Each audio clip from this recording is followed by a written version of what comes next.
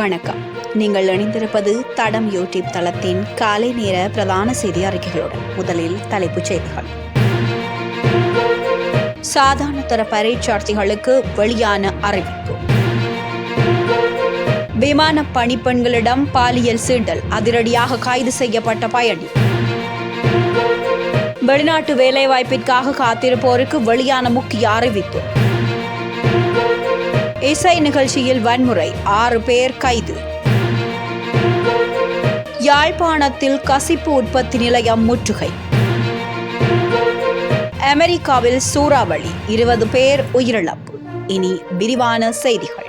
இன்று ஆரம்பமாகவிருக்கும் 2024-2025 ஆண்டுக்கான கல்வி பொதுத்தராதர சாதாரண தர பரீட்சையை நடாத்துவதற்கு தேவையான அனைத்து ஏற்பாடுகளும் பூர்த்தி செய்யப்பட்டுள்ளதாக அறிவிக்கப்பட்டுள்ளது.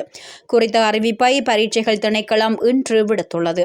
அதன்படி நாடு முழுவதும் 3663 பரீட்சை நிலையங்களில் நடைபெறும் இந்த பரீட்சைக்கு 4,74,147 மாணவர்கள் தோற்றவுள்ளதாக பரீட்சைகள் ஆணையாளர் நாயகம் அமித் ஜெயசுந்தர தெரிவித்துள்ளார். அத்தோடு பரீட்சைக்கு தோற்றும் மாணவர்கள் பரீட்சை ஆரம்பமாவதற்கு அரை மணி நேரத்திற்கு முன்னதாகவே பரீட்சை நிலையங்களுக்கு வருகை தருமாறு அவர் கேட்டுக்கொண்டுள்ளார்.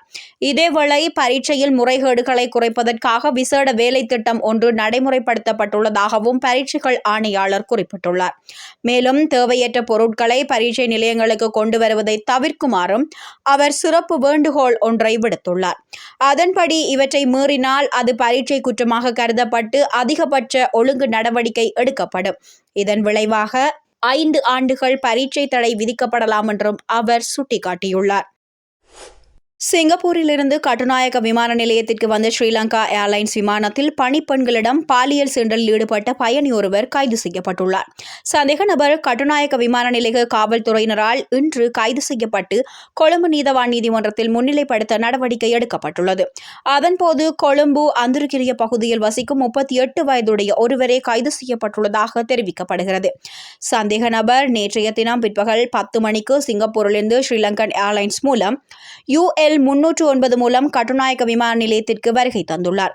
இந்த நிலையில் அதிக மதுபோதையில் இருந்த சந்தேக நபரான பயணி விமானத்தில் பணிபுரிந்த 2 விமான பணிப்பெண்களிடம் பாலியல் சீண்டலில் ஈடுபட்டுள்ளார்.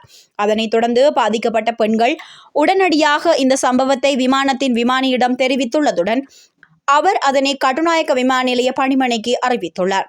அதன்படி விமானம் கட்டுநாயக்க விமான நிலையத்தில் தரையிறங்கியதும் ஸ்ரீலங்கன் ஏர்லைன்ஸ் பாதுகாப்பு அதிகாரிகள் அவரை கைது செய்து கட்டுநாயக்க காவல்துறையினரிடம் ஒப்படைத்துள்ளனர்.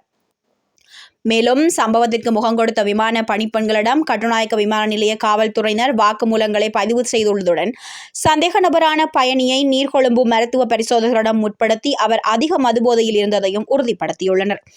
இந்த சம்பவம் இலங்கை வான்வெளியில் நடந்ததால் இன்று அவரை கொழும்பு எண் 1 நீதவான் நீதிமன்றத்தில் முற்படுத்த நடவடிக்கை எடுக்கப்பட்டுள்ளது. வெளிநாட்டு வேலைவாய்ப்புகளை நாடும் போது தனியார் வேலைவாய்ப்பு நிறுவனங்கள் குறித்த நம்பகமான தகவல்களுக்கு 1989 என்ற தொலைபேசி எண்ணை தொடர்பு கொள்ளுமாறு வெளிநாட்டு வேலைவாய்ப்பு அமைச்சர் விஜித ஹேரத் பொதுமக்களை வலியுறுத்தியுள்ளார்.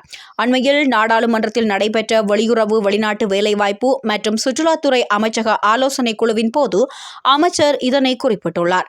இதன்போது வெளிநாட்டு வேலைவாய்ப்புகளை ஏற்பாடு செய்வதாக கூறி மக்களை ஏமாற்றும் நபர்கள் குறித்து நாடாளுமன்ற உறுப்பினர்கள் எழுப்பிய கேள்விகளுக்கு அமைச்சர் பதிலளித்தார். மேலும் இக்கூட்டத்தின் போது இலங்கை வெளிநாட்டு வேலைவாய்ப்பு பணியகத்தால் அங்கீகரிக்கப்பட்ட நிறுவனங்கள் மற்றும் கட்டணங்கள் தொடர்பான அனைத்து தகவல்களையும் பணியகத்தின் இணையதளத்தில் காணலாம் என்றும் தெரிவிக்கப்பட்டுள்ளது.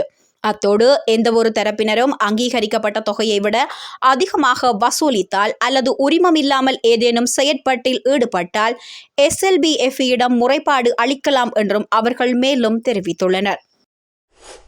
மெதிரிகிரியவில் உள்ள திவுலன் கடலவில் அண்மையில் நடந்த இசை நிகழ்ச்சியின் போது நடந்த வன்முறை சம்பவங்கள் தொடர்பாக 6 பேர் கைது செய்யப்பட்டுள்ளதாக போலீசார் தெரிவித்தனர்.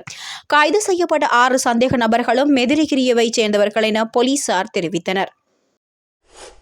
யாழ்ப்பாணம் போலீஸ் நிலைய குற்ற விசாரணை பிரிவு மற்றும் போதை தடுப்பு போலீசார் இணைந்து மேற்கொண்ட சோதனையில் பாரிய அளவில் கசிப்பு உற்பத்தி நடவடிக்கையில் ஈடுபட்ட நிலையம் ஒன்று முற்றுகையிடப்பட்டுள்ளது. யாழ்ப்பாணம் அத்தியூஸ் வீதியில் உள்ள வீடு ஒன்றில் தொடர்ச்சியாக கசிப்பு உற்பத்தி நடவடிக்கை மேற்கொள்ளப்பட்டு வருவதாக கிடைத்த ரகசிய தகவலுக்கு அமைய இந்த சுற்றி வளைப்பு நடவடிக்கை நேற்றிரவு மேற்கொள்ளப்பட்டுள்ளது. இதன்போது 20 லிட்டர் கசிப்பு அடங்கிய 6 பீப்பாய்கள் கோடா என்பன கைப்பற்றப்பட்டுள்ளன.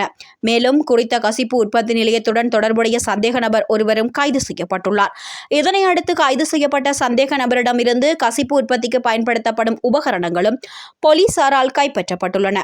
சம்பவம் தொடர்பான மேலதிக விசாரணைகளை யாழ்ப்பாணம் போலீசார் மேற்கொண்டு வருகின்றனர்.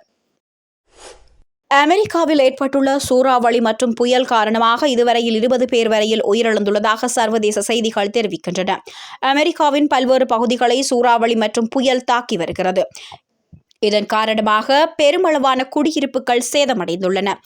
இதனிடையே சீரற்ற வானிலை காரணமாக ஜோர்ஜியாவில் அவசர கால நிலை அறிவிக்கப்பட்டுள்ளதாகவும் தெரிவிக்கப்படுகிறது.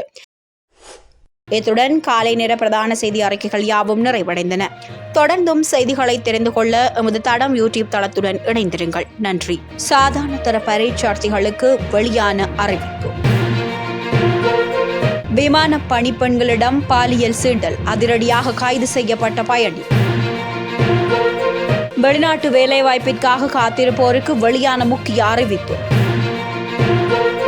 இசை நிகழ்ச்சியில் வன்முறை, 6 பேர் கைது. யாழ்ப்பாணத்தில் கசிப்பு உற்பத்தி நிலையம் முற்றுகை. அமெரிக்காவில் சூறாவளி, 20 பேர் உயிரிழப்பு.